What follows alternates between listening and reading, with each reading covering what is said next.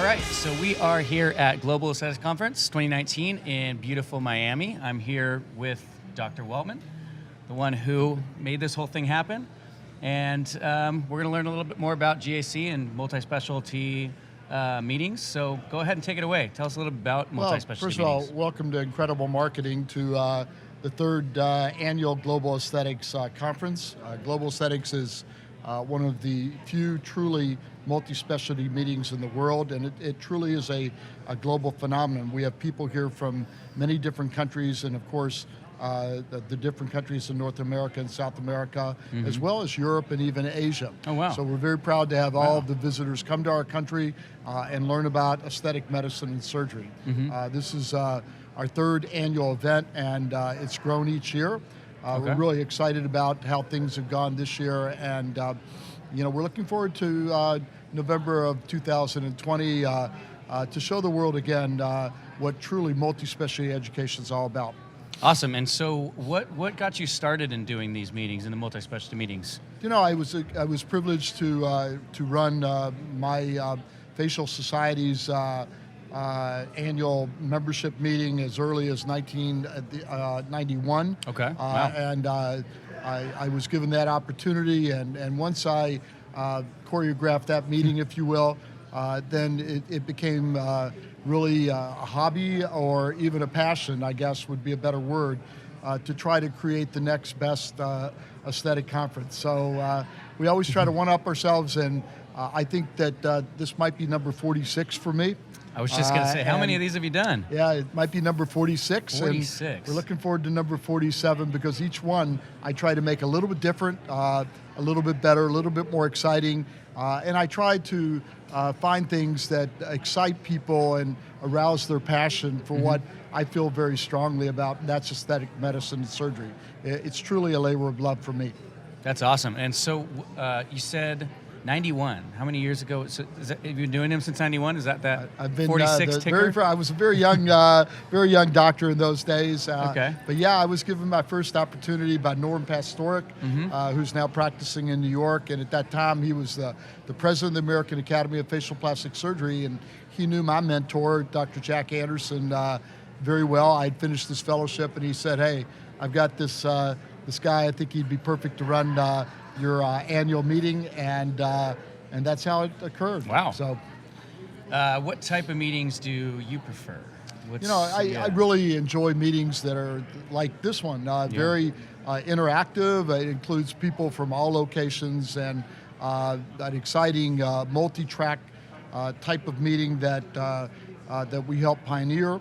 We have sessions in less invasive strategies. That's a new term that I coined for this meeting, where we're talking about strategies to satisfy our patients, perhaps in a less invasive manner, and not only a surgical matter. Of course, we do have traditional surgical tracks, and I'm very proud of a track that we really pioneered in 2004 that is a practice management and marketing track. It's important for doctors to understand the business of what they're doing as well, and it also brings in a lot of their assistants and a lot of our staff, and we feel very strongly that that's an important aspect of aesthetic education, educating our staff as to what we do and how we do it, and maybe help them interact with our patients a little better, a little bit more effectively for us. Yeah, and you just kind of touched on it a little bit, but what is it about? I mean, you've done 46 of these. Yeah. You're very well seasoned. You've learned a lot. What is it about your meetings that's a little different than others? What do you try to focus on? What are some things that you do I differently? think we're more responsive to what other people need. I think as opposed to other meetings around the world, I practice what I preach. I have a multi-specialty practice. There are 2 plastic surgeons and 2 facial plastic surgeons in my practice in Kentucky.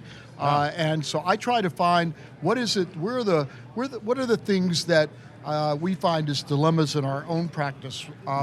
Where do we need knowledge for our own practice? What are the things that would help us with our practice clinically and in practice management and marketing? So I'm not someone that just throws together a meeting.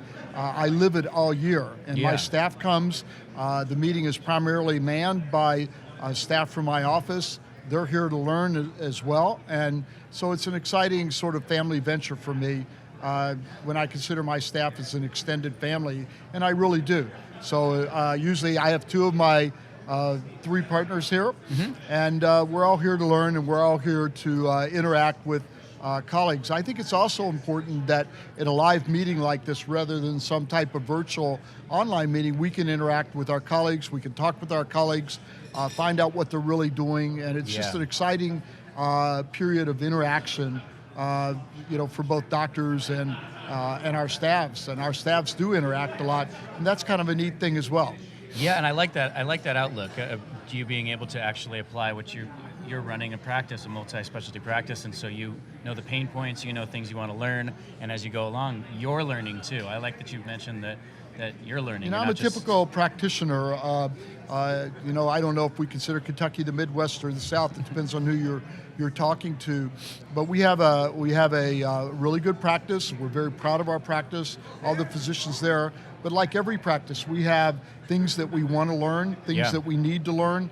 There are a lot of new things coming out. There's a lot of innovative developments out there that people will be talking about. There's usually which way the wind's blowing type of thing. And we try to look at that and figure out how can we approach those issues at this particular conference. So I think that's where the key to any success that we have with our meetings is that I really just try to think like an attendee at the meeting. I don't try to think like somebody putting on the meeting. I actually go in the rooms and learn, and so I'm not really a businessman or anything like that. I'm a physician. I practice full-time, if not a little bit more. I administrate full-time, if not a little bit more. So I have the same issues and problems as everyone else in that room. And I'm looking for answers, I'm looking for solutions, and so all I have to do is put together a great group of, quote, dancers and choreograph those dancers, and I can usually find the answers to those dilemmas and problems that we face in our practice during one of our meetings if I pay close attention. We'll go back to my office, my staff will sit around one of our boardroom tables, and we'll talk about the meeting. What did we learn there? What are the things that we can add to our practice to enhance our own practice? And we do that each and every year, and it's very important. So, I practice what I preach, I guess. That's awesome. And Global Aesthetics specifically, besides obviously being on the sand in Miami Beach, beautiful location. It is a beautiful location. What is it about Global Aesthetics that differentiates itself? Well, I think Miami is one of the international capitals of the world, and it's a destination that people from all over the United States as well as all over the world can get to very easily. Obviously, the venue here is a very elegant and attractive venue. There's a beautiful pool, beautiful beach, beautiful people, all those things. But once we hit Thursday and Friday and Saturday, it's a pretty intense program that extends until Sunday afternoon. So this is as you know, this is a hardcore meeting in the manner that the education begins at 7:30 in the morning. Doesn't end until 6:30 at night, or even later on some nights when we have extended programming through our satellite symposium. Well, thanks so much for sitting down today and talking about the Global Aesthetics Conference. It was my pleasure. We're looking forward to the next one. Thanks to Incredible Marketing for bringing this sort of event live to the web out there, I guess. And I'd just like to take this opportunity that anyone listening that hadn't been to one of our conferences, and particularly the Global Conference, which is really an exciting, newer event for me, consider coming in 2020. It's November 5th through 8th, and hope to see you all there. And I think you'll feel like this is an event that is exciting and certainly something that you're going to want to put on your calendar if you're looking for aesthetic medicine and surgery education and CME credit. I should mention that we do give over 30 CME credits, and in most states that's enough for the year, if not more. So thanks so much. I appreciate you guys being here. We appreciate the opportunity to help you out, and we're looking forward to next year. Thank you.